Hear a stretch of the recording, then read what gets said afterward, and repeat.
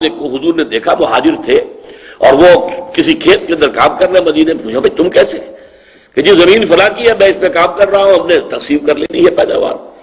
قد اربیتما، تم نے سودی معاملہ کیا، رد ورضا، زمین واپس کر دو جو اس کے مالک ہیں ان کو، اور جو تم نے اس میں خرچ کیا وہ ان سے لے لو۔ تو یہ کہاں سود جاتا ہے، اس کو اچھی طرح سوچنا، اور اس شیطانی نظام کا سب سے بڑا ہٹ کرنا، اسے ختم کرنا، اس کو رکھیے۔ لیکن یہ کہ اگر اس عوامی تحریک سے یہ کام ہو جائے، یہ دستور کی ترمیم، تو گویا کہ ایک بہت ہی، جس کو آپ کہیں کہ پرامن انقلاب آ جائے گا۔ پھر قوانین اسلامی کے لیے وہ چل جائے گا، سلسلہ چل جائے گا۔ لیکن اگر یہ نہیں تو پھر تیار رہنا ہوگا کہ ہمیں جانے دینی ہے اور اللہ کے دین کو نافذ کرنا ہے۔ اور جب تک وہ ٹوٹل ریولوشن نہیں آئے گا، یہ سود کے نظام کے اندر کون تبدیلی لانے دے گا آپ کو؟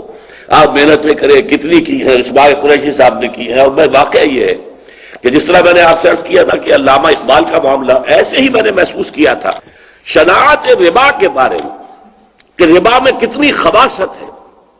کسی عالم دین، کسی مفکر دین نے اس درجے میں نے نہیں دیکھا کہ اس کے اندر اس شناعت اور اس کی خباثت کا اتنا ادراک ہے جتنا شیخ محمود احمد میں۔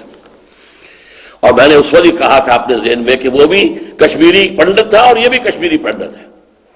ان دونوں نے، علامہ اقبال اور ادھر شیخ محمود احمد، بہت قریب ہی ہمارے یہ ڈیپ غالباً سی بلاک کے اندر وہ رہتے تھے، ان سے ملاقاتیں ہوئی، اور جس طرح دل گرفتہ وہ شخص تھا، جس قدر اس کے اندر اس کا احساس تھا، جس طرح کی دھن لگی ہوئی تھی اسے، اور اس نے جو بڑی بڑی کتابیں لکھی ہے، مین اینڈ منی اتنی موٹی کتاب ہے، اس کا پڑھنا بھی عام آدمی کے لیے آسان نہیں ہے۔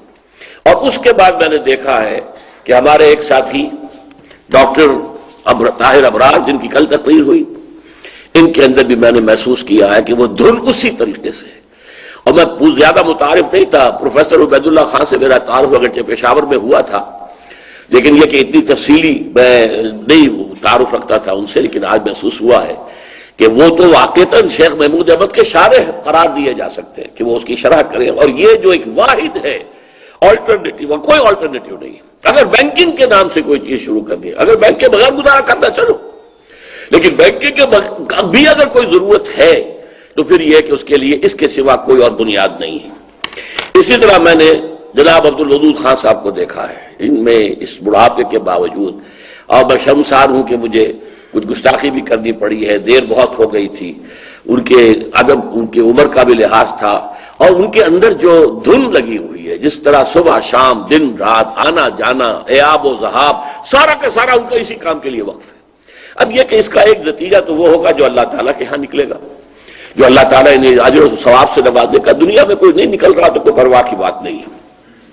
یہ جو بھی 2 دن کا سیمینار ہمارا ہوا ہے، اللہ تعالیٰ اسے ہماری طرف سے قبول فرمائے اور اس کو لوگوں کے لیے مفید بنائے، اس سے اویئرنس آپ لوگوں کے اندر جذبہ پیدا ہو جائے۔ آپ شیخ محمود احمد کی کتابیں پڑھیں۔ یہ اصل میں کل پیش کی تھی تجویز اسماعیل قریشی صاحب نے کہ کوئی یہاں پر قرارداد بھی پاس ہونی چاہیے، تو میں نے کہا تھا جو بولے کنڈا کھولے، آپ اسے مرتب کر کے لائیے۔ وہ لے آئے ہیں، ابھی وہ پڑھ کر سناتے ہیں، پھر آپ اس کی منظوری دیجئے تاکہ اخبارات وغیرہ میں ہم دے دیں گے۔ مرکزی انجمن خدام القرآن نے پاکستان کے سنگین معروضی حالات کے پیش نظر اسلام اور بینکنگ کے اہم موضوع پر جناب ڈاکٹر اسرار احمد صاحب صدر انجمن اور بانی تنظیم اسلامی کی زیر صدارت 16-17 فروری 2 روزہ سیمینار کا اہتمام کیا تھا، جس میں ملک کے ممتاز قانون دان اور سابق جج سپریم کورٹ جناب جسٹس وجیہ الدین، ماہرین معاشیات اور ماہرین قانون نے شرکت کی۔ اپنے مقالات اور خطبات سے گلوبلائزیشن کی بین الاقوامی بینکنگ کی تباہ کاریوں کا جائزہ لیا۔ آخر میں صدر مجلس جناب ڈاکٹر اسرار احمد صاحب نے سودی نظام کو تبدیل کرنے کے لیے انقلابی اقدام کی تجویز پیش کی۔ سیمینار کے اختتام پر حسب ذیل قرارداد متفقہ طور پر منظور کی گئی۔ قرارداد انجمن خدام القرآن کا یہ مرکزی اجلاس ملک کے عزیز پاکستان میں سودی نظام کی لائی ہوئی تباہ کاریوں پر اپنی گہری تشویش اور اضطراب کا اظہار کرتا ہے۔ اس غیر اسلامی نظام کی وجہ سے غربت پاکستان میں اپنی انتہائی حدوں تک پہنچ گئی ہے، صنعتی رفتار رک گئی ہے۔ خوشحال پاکستان کا پول اسٹیٹ بینک آف پاکستان نے اپنی سالانہ رپورٹ میں کھول دیا ہے۔ بے روزگاری کی وجہ سے خود کشی میں روز بروز اضافہ ہوتا جا رہا ہے۔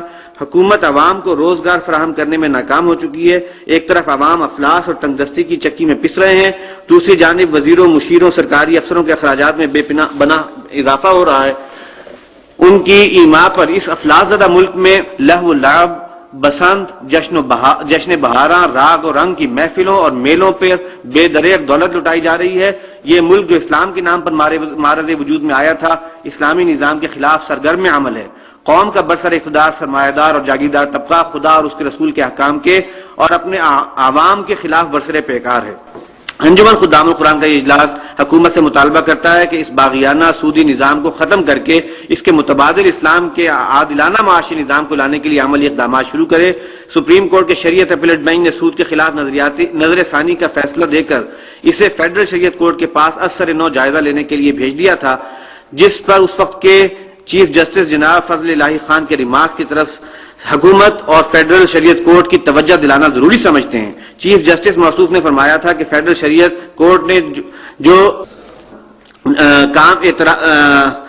تمام اعتراضات کا جائزہ لے کر اپنا جامع فیصلہ صادر کر دیا تھا۔ سپریم کورٹ شریعت اپیلیٹ بینچ نے یہ آخری فیصلہ کس لیے ریمانڈ کیا ہے؟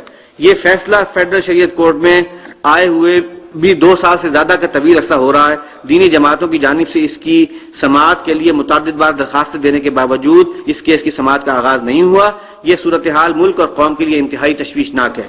اس لیے یہ اجلاس فیڈرل شریعت کورٹ سے بھی دربندانہ اپیل کرتا ہے کہ سود کے اس سب سے پرانے کیس جس کا آغاز 1991 میں ہوا تھا، اس کا قرآن اور سنت کی روشنی میں چند فقہی اعتراضات پر ہر دو فریقین کے دلائل سن کر اپنا فیصلہ صادر کرے اور اپنی شرعی اور آئینی ذمہ داریوں کو پورا کرے، ورنہ فیڈرل شریعت کورٹ خدا کے رسول اور امت مسلمہ کے سامنے جواب دہ ہوگی۔